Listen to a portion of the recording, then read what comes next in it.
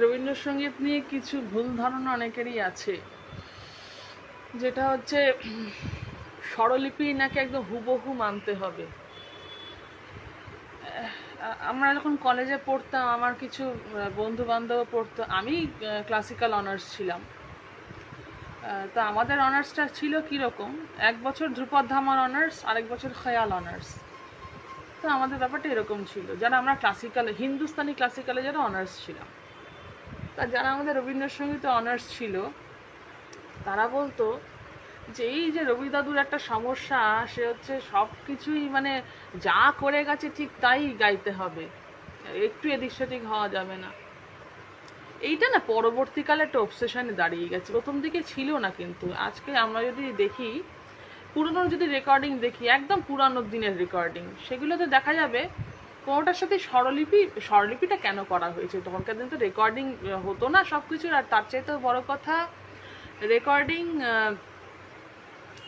যে হতো সেটা খুব সাবস্ট্যান্ডার্ড রেকর্ডিং। আজকালকার দিনের মতন এত ভালো টেকনোলজি তখন ছিল না। তো তখন রেকর্ডিংয়ের ওপর মানুষ ভরসা করতে পারতো না, তাই এটা স্বরলিপি, আমিও যেমন নিজে সফট কপির ওপর অতটা ভরসা করতে পারি না, তাই হার্ড কপি তৈরি করে রাখি। আমিও নিজে নোটেশন তৈরি করে রাখি অনেক কিছুরই, ক্লাসে যে গান টান শিখি সেগুলো নোটেশন করে রাখি। এটা একটা বাতিক আমার। নোটেশন করাটা ব্রেনের জন্য ভালো, হাতের জন্য ভালো। তো it's a good exercise indeed, কিন্তু সবসময় ইচ্ছাও করে না। তো নোটেশন থাকাটা দরকার, তার জন্যই করা হয়েছিল। এবার আমরা দেখবো রবীন্দ্রনাথের গানে এক একজন এক এক রকম নোটেশন তো করেছেন, এবং নোটেশনের অনেক ভেরিয়েশনস কিন্তু আমরা স্বরবিতানের শেষের দিকে পাই। তো নোটেশন যেন হুবহু মানতে হবে এমনটা কেউ করেনি, এটা প্র্যাকটিক্যালি ইম্পসিবল। মানে এটা কারোর হয়নি আজ অবধি। আজকে যদি আমরা যে কোনো মানুষের রেকর্ডিং শুনি যারা রবীন্দ্রসঙ্গীতের অথরিটি হিসেবে গণ্য, সেই সময়কার কথা যদি বলি, দেখা যাবে স্বরলিপির সাথে কোনো মিলই নেই গানের। ইভেন সুচিত্রা মিত্র একবার দেখছিলাম যে একটা ভিডিওতে দেখেছি আমি, তিনিও তো একজন অথরিটি রবীন্দ্রসঙ্গীতের। তো তিনি কিন্তু নিজেই বলছেন গান শেখানোর সময়, তখন সেটা ভিডিও হচ্ছে, শান্তিনিকেতনে উনি শেখাচ্ছেন, খুব সম্ভবত শান্তিনিকেতনেই, কেউ চাইলে ভিডিওটা দেখতেই পারে বের করে। উনি বলছেন, দেখো তোমাদের সবসময় মনে রাখতে হবে নোটেশনটা কিন্তু একটা কাঠামো, ওটা কিন্তু গান নয়। স্পষ্টতই বলা আছে যে এটা গান নয়, নোটেশন একটা কাঠামো। তো এটা একটা স্ট্রাকচার। তো এইটা নিয়ে এতটা অবসেশন বা অবসেসড হওয়ার কিছু নেই। নোটেশন থাকবে, নোটেশন দেখে রাখা ভালো। আমি তো বলছি আবারও, যে কোনো রেকর্ডিং শুনুন, আপনারা যে কোনো রেকর্ডিং শুনুন, হুবহু নোটেশন কখনো মিল পাবেন না, কোনোদিন পাওয়া যায়নি। সবচেয়ে বড় কথা অবসান চিহ্ন যেখানে দেওয়া থাকে, যেমন অন্তরে জাগিছ অন্তরে জামি গানটার ক্ষেত্রে আমি দেখেছি, প্রচুর গানের ক্ষেত্রে, প্রচুর গান, কোন গানটার কথা বলবো এই মুহূর্তে ওটার কথা মনে এলো,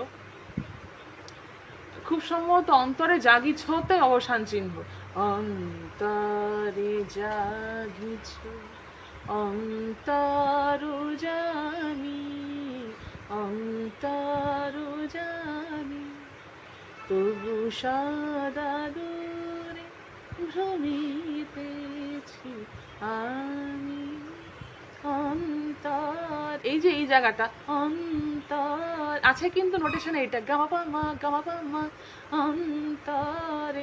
অনেকে কি গায় অন্তর, এটা গায় গামা পা মা এটা গায়, হ্যাঁ, কিন্তু নোটেশন কিন্তু গামা পা মা এটা আছে। তো তার জন্য কি কিছু প্রবলেম হয় না। তাও অবসান চিহ্নগুলো নিয়ে যদি আমি বলি, কেউ মানেনি অবসান চিহ্নগুলো, অনেক ক্ষেত্রেই মানা যায় না। যেমন এমনি করে ঘুরিব দূরে বাহিরে, আর তো গতি নাহিরে মোর নাহিরে, এ হয় কি গান শেষ করা যায়? এখানে কিন্তু অবসান চিহ্ন দেওয়া আছে, কেউ এখানে শেষ করে না, সব বাহিরেতেই শেষ করে। এমনি করে ঘুরিব দূরে বাহিরে, এখানেই শেষ করে। কেন এটাই মিউজিক্যালি ডিমান্ড করছে। তো এই জিনিসগুলো আছে, স্বরলিপিভাবে মেনে গাওয়া সম্ভবই না, কোনোদিন সম্ভব না। কোনো বইকে কি মানুষ মেনে চলতে পারে সারা জীবন ধরে? সম্ভবই না কোনোদিন। তো প্রত্যেকের গায়কি আলাদা, এক একজনের গলে এক একটা মানায়। একই জিনিস হয়তো আমিও গামা পামা গাইবো, আরেকজনে গামা পামা গাইবে, আমার থেকে হয়তো তার গামা পামাটা শুনতে অনেক বেশি ভালো লাগবে, বা হয়তো তার থেকে আমারটা শুনতে বেশি ভালো লাগবে। তো অনেক কিছু মানে ভ্যারি করে। প্রথমে আমাদের বুঝতে হবে যে রবীন্দ্রসঙ্গীত তো এটা যে কোনো সঙ্গীতের মতোই। ইভেন উনি তো বলেওছিলেন যে একজন ভালো গায়ককে আমি যেই স্বাধীনতাটা দেব, খারাপ গায়ককে আমি সেই স্বাধীনতাটা দেব না। তার সবচেয়ে বড় কারণ হচ্ছে খারাপ গায়ক বুঝবে না যে কি করতে হয় কি করতে হয় না, কিন্তু ভালো গায়ক কিন্তু বুঝবে কি করতে হয় কি করতে হয় না, তাই সে মেপে গাইবে। তাই সে যদি কোথাও মানোধর্মাও করে, কোন মানোধর্মাটা সেখানে মানাবে সেটা একজন ভালো গায়ক বুঝবে। কিন্তু একজন খারাপ গায়ককে যদি স্বাধীনতা দিয়ে দেওয়া হয়, সে উল্টো পাল্টা করবে। যার জন্যই স্বাধীনতাটা সবার জন্য এক নয়। তো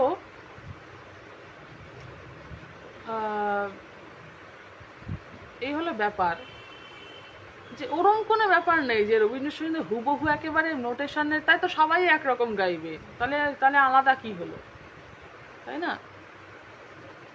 এটা একটা পরীক্ষাগত অবসেশন। এই অবসেশনটা এসছে পরীক্ষার সময় থেকে। হ্যাঁ, পরীক্ষার মধ্যে এই জিনিসগুলো আছে ঠিকই, যে এটা হলে চলবে না, ওটা পরীক্ষা, এটা কিন্তু পরবর্তীকালের ব্যাপার এটা। আর আরেকটা কথা বলি, রবীন্দ্রসঙ্গীতে যে কপিরাইট নিয়ে লোকে কথা বলে, যে এখানে একটা কথা বলার আছে, অনেক কিছুরই কথা বলার আছে, যে রবীন্দ্রসঙ্গীতে সত্যি কপিরাইট কেন থাকবে? অনেকে বলে কপিরাইট উঠে গেছে তো লোকে যা খুশি তাই করছে। দেখুন, একটা কথা এখানে বলে রাখি, কপিরাইট উঠে যাওয়ারই কথা ছিল, কারণ রবীন্দ্রসঙ্গীতের কোনো কপিরাইট হতে পারে না। কারণ প্রচুর জিনিস আছে, ওনার কটা গান নিজের, ওনার কটা সুর নিজের সুর। আজকে উনি প্রচুর দীক্ষিতারের গান বাংলায় কোনোভাবে করেছেন, প্রচুর ত্যাগারাজার গান বাংলায় কোনোভাবে করেছে, প্রচুর ইংরেজি গান বাংলায় কোনোভাবে করেছেন, প্রচুর রামপ্রসাদী গান উনি বাংলায় মানে আরেকভাবে প্যারালালি করেছেন। তো অন্যের সুরে তো আমি কপিরাইট বসাতে পারি না। যেই সুরগুলো রবীন্দ্রনাথের নিজস্ব সুর নয়, তাতে উনি কপিরাইট কিভাবে বসান? তার জন্য কপিরাইট উঠেছে, ওঠা তো দরকারও ছিল। যে আমি নিধু চরণ মূলে, ওরম ভাবে তার বাজে করুণ সুরে গাওয়া যায় না, বাজে করুণ সুরে ভাই গাওয়া হয়েছে। তো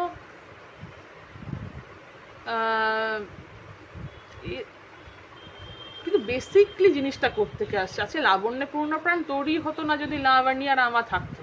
লাবণ্য রামা কানো লরজু ডাবে, তো গানটাতে ইভেন লেখা আছে পূর্ণ সরোজ, কিন্তু রাগটা কিন্তু এক্সিস্ট করে না। লাবণ্যে পূর্ণপ্রাণ যে গানটা, তাতে কিন্তু রাগটা এক্সিস্ট করে না। পূর্ণা ষড়জম ডাজন্ট এক্সিস্ট ইন লাবণ্যে পূর্ণপ্রাণ, কারণ রাগাঙ্গটা পুরো ভেঙে গেছে, রাগটা নেই, তবুও ওখানে লেখা পূর্ণ সরোজ।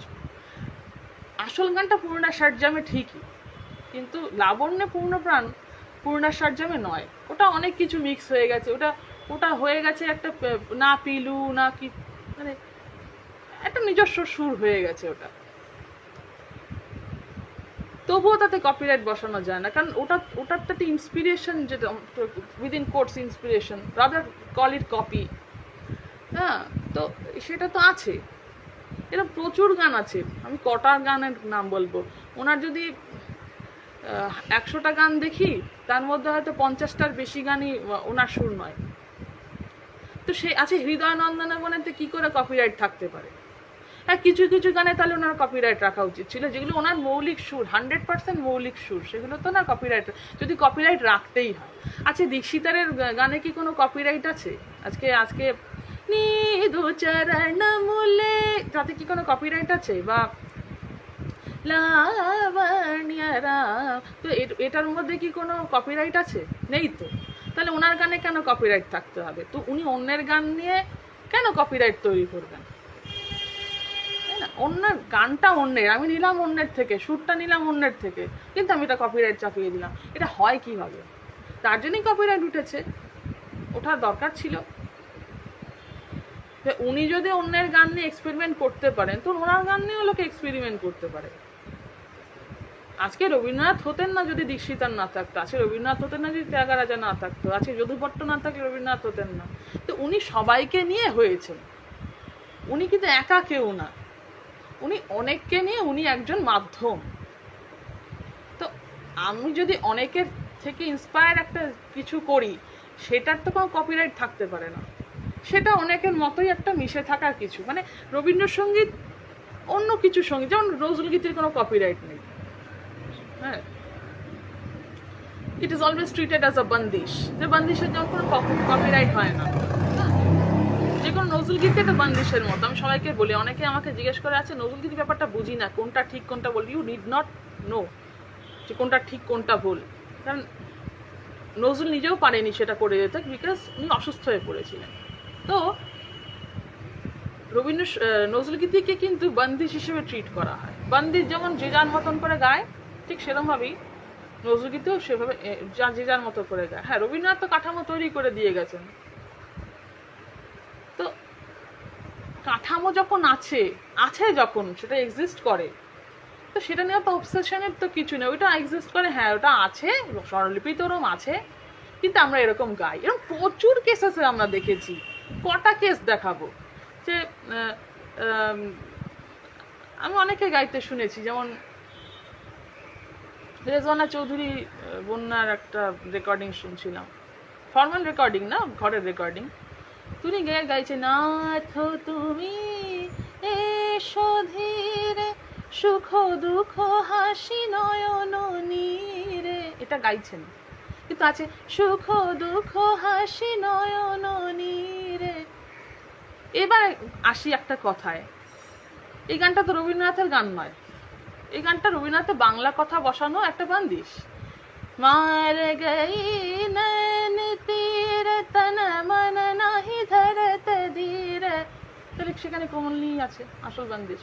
এবার কথা হচ্ছে যে একটা বন্দিশ যেটা অন্য কারো তৈরি, তার আমি সুর নিয়ে বাংলা কথা বসিয়ে দিলাম, সেটা তার সুরের কপিরাইট কি আমার হয়ে যায়? হয় না। আমিও করেছি।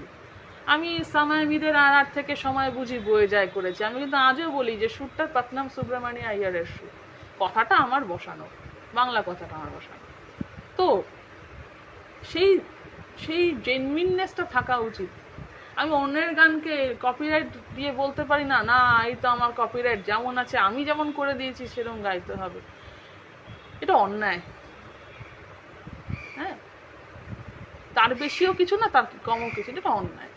যেটা আমার নিজের না, আমি তার কপিরাইট হোল্ডার হতে পারি না। আমি যাদের থেকে সুর নিয়েছি তাদের কোনো কপিরাইট ছিল না, তাই কিন্তু আমি আমার সুরে লাগাতে পেরেছি, আমার গানে সেই সুর লাগাতে পেরেছি। আর যদি ত্যাগরাজার গানের কপিরাইট থাকতো, তাহলে কিন্তু রবীন্দ্রনাথ তার সুর তার গানে লাগাতে পারতেন না। আর যদি দীক্ষিতারের গানের কপিরাইট থাকতো, তাহলে কিন্তু রবীন্দ্রনাথ তার গানে দীক্ষিতারের সুর লাগাতে পারতেন না।